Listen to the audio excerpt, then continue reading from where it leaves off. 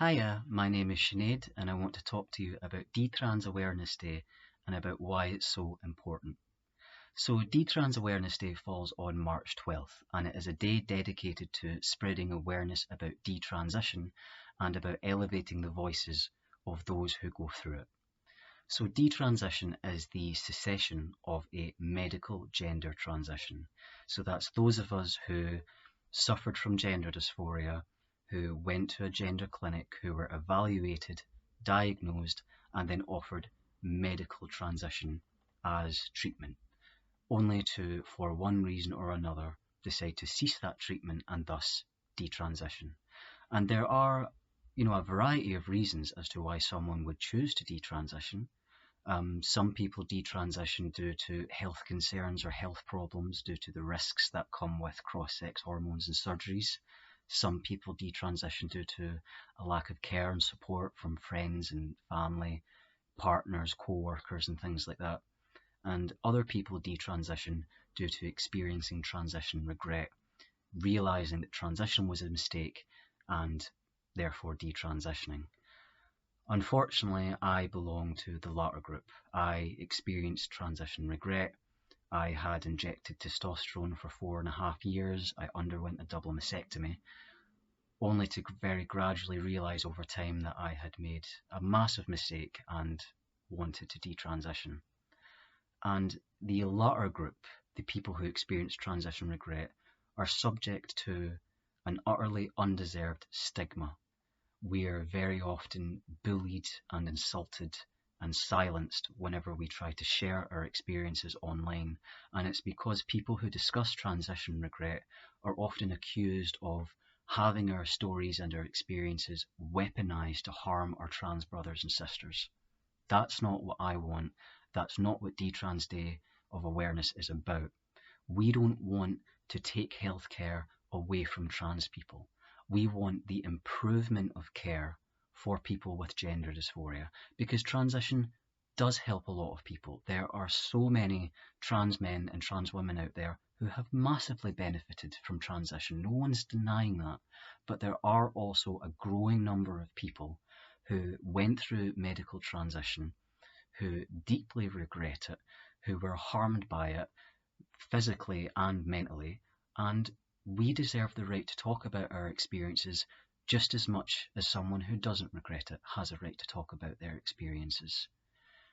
The reason why so many people who suffer from transition regret are so afraid to speak out is because they will be insulted, they will be laughed at, they will be mocked, they will be told it's all your fault, they will be told they're hateful, they will be told they're trying to harm trans people or take care away from them. And we shouldn't have to endure that, because it's not what we want. What we want with Detrans Awareness Day is to show other detransitioners you're not alone. You have nothing to be ashamed of, and if you want to speak out, you should be able to do so freely without being ashamed or afraid or intimidated. We're calling for better care and support for people who go through detransition. There should be alternative therapeutic treatments for people suffering from gender dysphoria, because, as I said, lots of people flourish after transition, lots of people are harmed by it and want to detransition. So we don't want to remove trans care, but we do want it to be improved so that those being treated for gender dysphoria don't just have the one treatment option. We need a variety of options. On a case-by-case basis, individuals should be given intense therapy so that we can discover whether or not transition is likely to help them. Many detransitioners report that they were suffering from depression or anxiety, or had dealt with trauma, or had an eating disorder or body dysmorphia, or a whole variety of other issues, and rather than those issues being addressed at the clinic, they were simply affirmed and allowed to transition. So it's almost inevitable that we have a growing number of detransitioners, and we want to talk about that and spread awareness about it on Detrans Awareness Day so that more people come together and say, this isn't good enough. We need alternative therapeutic treatments, and we need the establishment of a medical care model for those who do detransition, and when we go to our doctors and say, I'm going to detransition, can you help me? The doctor says, yes, I can, and here's what I'm going to do, because right now, as it stands, when we go to our doctors and say, I'm going to detransition, can you help me? They'll say, I don't know what that means. I don't know what to tell you. Gender isn't my area of expertise. You should probably go back to the gender clinic. And the reason why so many of us are so hesitant to go back to our gender clinics is because when you have been misdiagnosed, or if you have been given a treatment that has ultimately harmed you, do you really think people are going to want to go back to those clinics? I certainly didn't. So we need more research into detransition. We need more information that is going to be available for those who are detransitioning so that we know what's going to happen. When I began my detransition, I had no idea what was going to happen when I stopped taking my testosterone. I had no idea what coming off testosterone after a double mastectomy was going to do. Was it going to do anything?